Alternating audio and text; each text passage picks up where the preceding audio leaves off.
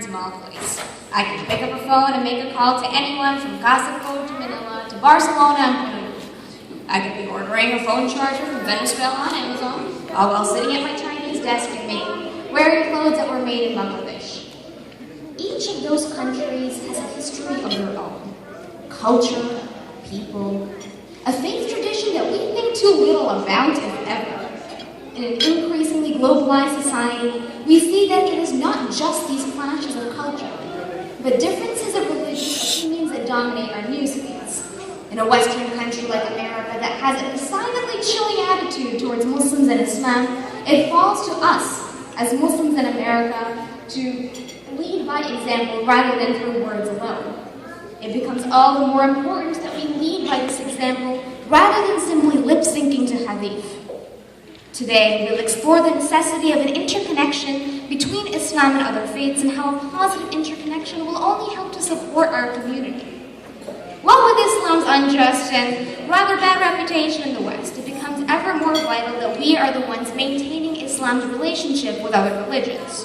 In order to encourage this healthy society, we are obliged to create and uphold a positive relationship with people of any other faith tradition, regardless of our own personal differences. Sometimes, although it seems like the hardest, it really should be the easiest for us to get along with people who identify as Christian or Jewish, simply because they are These three monotheistic faiths share their roots all the way back to the time of Prophet Ibrahim alayhi salam, hence the name Abrahamic faiths. Christianity, Judaism, and Islam all share the same basic fundamentals, that God is one. La ilaha illallah. To follow the teachings of the prophets and to preach our faith through love and respect. As Surah An-Nahl says in Ayah 125, invite to the way of your Lord with wisdom and good instruction, and argue with them in a way that is best. Indeed, your Lord is most knowing, and He is most knowing of who is rightly guided. A good relationship with Jewish and Christian people will allow all three of us to proclaim a similar message, instead of pitting one against the other like in a modern-day crusade. The believers are but a single brotherhood, so make peace and reconciliation between your two brothers, and fear Allah, and ye may receive mercy, says Surah Hujurat in Ayah 10. Likewise, as the book of Ephesians and the Bible say, and ye be kind to one another, forgiving one another, even as God hath forgiven you. These interconnections between Islam and other religions already exist. It is up to us now to highlight the similarities rather than to highlight our differences and ignoring everything else. Having these positive relationships will only help to support our community, and we need to do so through actions. Related by At-Tirmidhi, a Bedouin once entered the masjid when the Prophet was sitting down and began to actually urinate on the carpet. The companions were shocked, but the Prophet said, do not put a halt to it, but instead leave him until he finishes.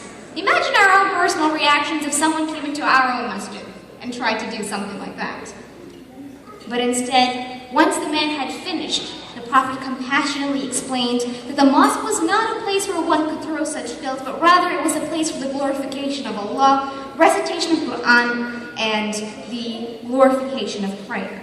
By calmly handling such a distressing situation, the Prophet effectively showed others the beauty of Islam and their peaceful teachings. And by pulling the community together instead of sowing discord and denouncing the non-Muslim man who had committed the action, we were able to successfully convert yet another person. According to Abu Hurairah radiallahu anhu in the Bukhari book of Hadith, the Prophet Muhammad sallallahu alaihi wasallam said, do not look for others' faults, and do not be jealous of one another.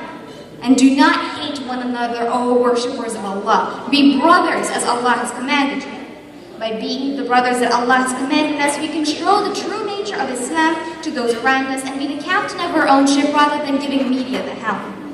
By working together as an ummah and using that cooperation, we will be able to work more effectively and more efficiently and be able to do so to right the wrongs as we have been commanded.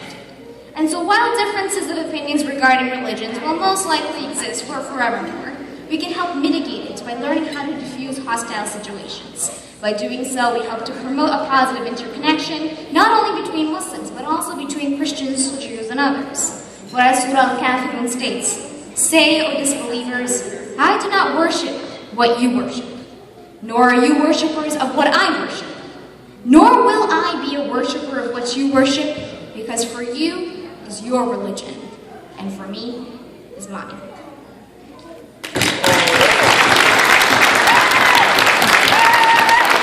Great.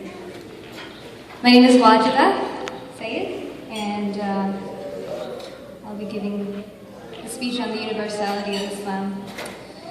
In the name of God, the infinitely good, all merciful, with peace and blessings upon the Prophet. There is a Christian Eastern Orthodox monastery right at the foot of Mount Sinai in Egypt. It is considered one of the world's oldest functioning monasteries. And there are two beautiful symbols of interfaith love and respect that are present here. The first is that within the walls of the Christian monastery is a mosque built by the monks for the Muslim Bedouins of the region. The second is the Charter of the Prophet, which grants protection to the monks and the monastery, decreed by Sayyidina Muhammad and handwritten by Sayyidina Ali radiallahu anhu. One of the most profound passages from this document says, "Wherever monks or hermits are to be found, on any mountain, hill, or village, in the sea or the desert, in any convent or church or house of prayer, I shall be watching over them as their protector with all of myself, together with all of my ummah, because they are a part of my own people and part of those protected by me." And these are the words of the Prophet in the Charter of the Prophet for this monastery.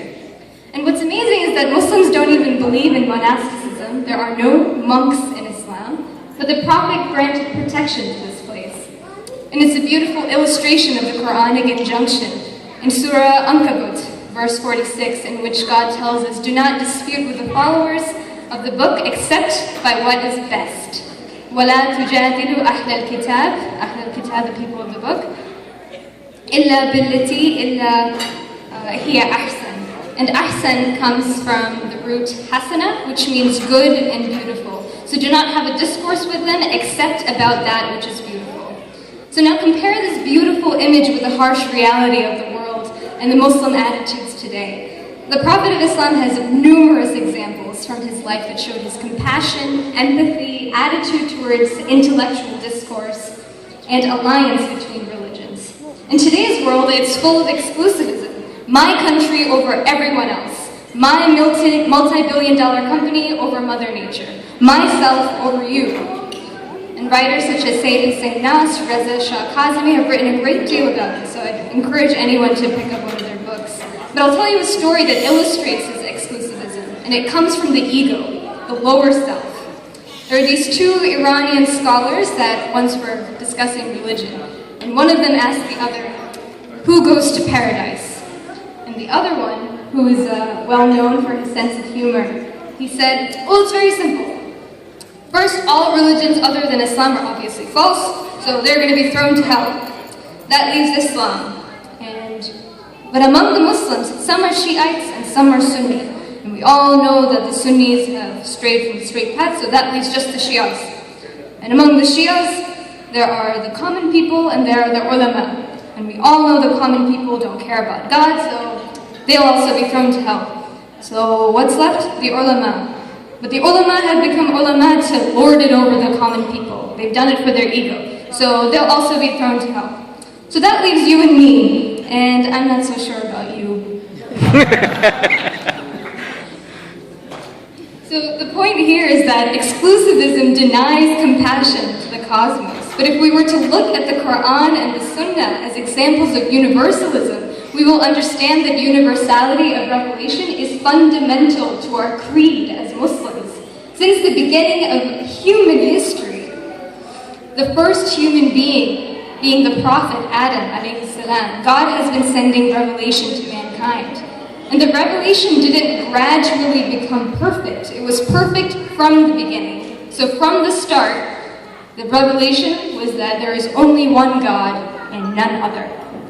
And we can liken this to a strong tree whose branches have spread far and wide. The trunk is the universal message that God has constantly sent down to mankind, that there is no God but God. And the different branches are the different revelations to different prophets, to different types of people.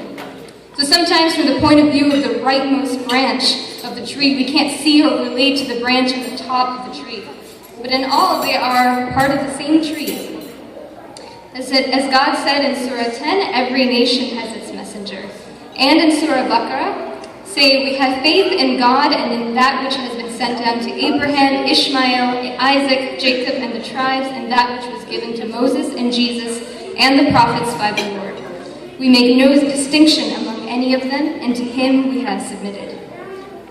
If we're to look back at the monastery that we visited in the very beginning, we will know that it is still standing in Egypt today. You can go to it. I don't know if anyone here has been to it. And the charter of protection given by the Prophet has allowed it to remain standing undisturbed over centuries of conflict, especially interreligious conflict, in a predominantly Muslim area. So if we were to truly follow the command of God and continue the example of the Prophet, to truly love the Prophet and have love for the work that we did, St. Catherine's Monastery on Mount Sinai can continue to stand for centuries to come. Alhamdulillahi wahdahu wa bihi nasta'in.